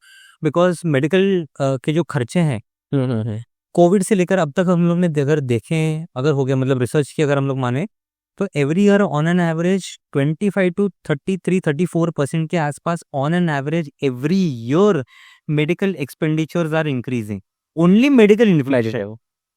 सबसे first thing that you should buy, job कर रहे हो, तुम्हारा organisation जो employer है वो अगर हमको मेडिकल इंश्योरेंस करवा के दे रहा है, अच्छी बात है। तुम्हारे पेरेंट्स ने अगर लेके रखा है, अच्छी बात है। Still you should have your own medical insurance policy, the first and foremost thing. Don't invest your money anything anywhere else. कुछ पार्टी मत करो, कुछ मत करो, सैलरी मिलता है, हाँ फैमिली के साथ थोड़ा बहुत सेलिब्रेट करो, no doubt that is necessary, because family है। आज जो हमारे पेरेंट्स ने हमको जो सिखाया समझा है उसकी वजह से आज हम जहाँ पे हैं वहाँ पे हैं। उसके बाद first investment is medical insurance. उसके बाद आता है savings. Savings in association with your investment. पैसे को इन्वेस्ट करो and let that money grow. धीरे धीरे तुम्हारा पैसा ग्रो फटक से ग्रो नहीं होने वाला है। अगर फटक से ग्रो होता है तो फटक से जाएगा भी। ये मैं ब्लैंक स्टैम्प पेपर पे लिख के देने को तैयार हूँ। मैं I am ready to write it, sign it on a blank stamp paper. जितना जल्दी पैसा आएगा ना उतना जल्दी पैसा जाएगा भी, क्योंकि जितना जल्दी पैसा आता है ना वो आंखें बंद कर देता है, दिमाग बंद हो जाता है अपना, एंड फिर अंधाधुंध पैसा अपना खर्चा होता है। तो जितना स्लो पैसा आएगा उस पैसे का वैल्यू होगा। मेहनत करके कमाया होगा पैसा ना, उसका वैल्यू होगा। तो पैसे को धीरे धीरे आने दो। And third is invest your money and let it grow it patiently. Patience is the key to success. Last one more thing adding, हाँ go. Karma is the king. जो हम करेंगे वो हमारे पास वापस आएगा। I have always believed in the concept of karma. Go, अच्छी डीड्स करो, अच्छे काम करो, अच्छी इंटेंशंस, अच्छी नीयत से करो। जॉब कर रहे हो, ईमानदारी से अपना काम करो। बिजनेस करना है, ईमानदारी से बिजनेस करो। Tatas classical example, Godrej, Mahindra classical examples, Wipro, Infosys, ईमानदारी से बिजनेस किया। True, that is how your business. अगर बिजनेस करना है तो ऐसे ही ग्रो होगा। लाइफ में जॉब भी कर रहे हो या even at your personal life, जो करना है अच्छे इंटेंशन से करो, अच्छे कर्मा से करो। Things will sustain in your life. Okay, so ये 4 एडवाइस है जो आपको फॉलो करनी चाहिए। एंड बेसिकली आपको समझना पड़ेगा कि it's not work like a social media, and आप अपने लाइफ में सिर्फ सोशल मीडिया के भरोसे पे मत रहो, आपकी पर्सनल लाइफ पहले देखो। एंड इन्वेस्टमेंट के लिए अगेन आई सजेस्ट यू कि अगर आपको नहीं समझ में आता है हाउ टू इन्वेस्ट और समथिंग, आप फाइनेंशियल एक्सपर्ट से एडवाइस लो एंड देन ही इन्वेस्टमेंट कीजिए। बड़े बड़े नंबर्स, किसी के इन्फ्लुएंसर्स जो होते हैं उनके बेसिस पे इन्वेस्टमेंट अपनी ना स्टार्ट कीजिए। And I also thanks to sir to giving their all the valuable things to our audience also. And अगर आपको ये वीडियो से डेफिनेटली अगर कुछ भी नॉलेज मिलता है तो डेफिनेटली ये वीडियो अपने फैमिली में एंड अपने फ्रेंड्स के साथ शेयर करो। And keep watching in funds.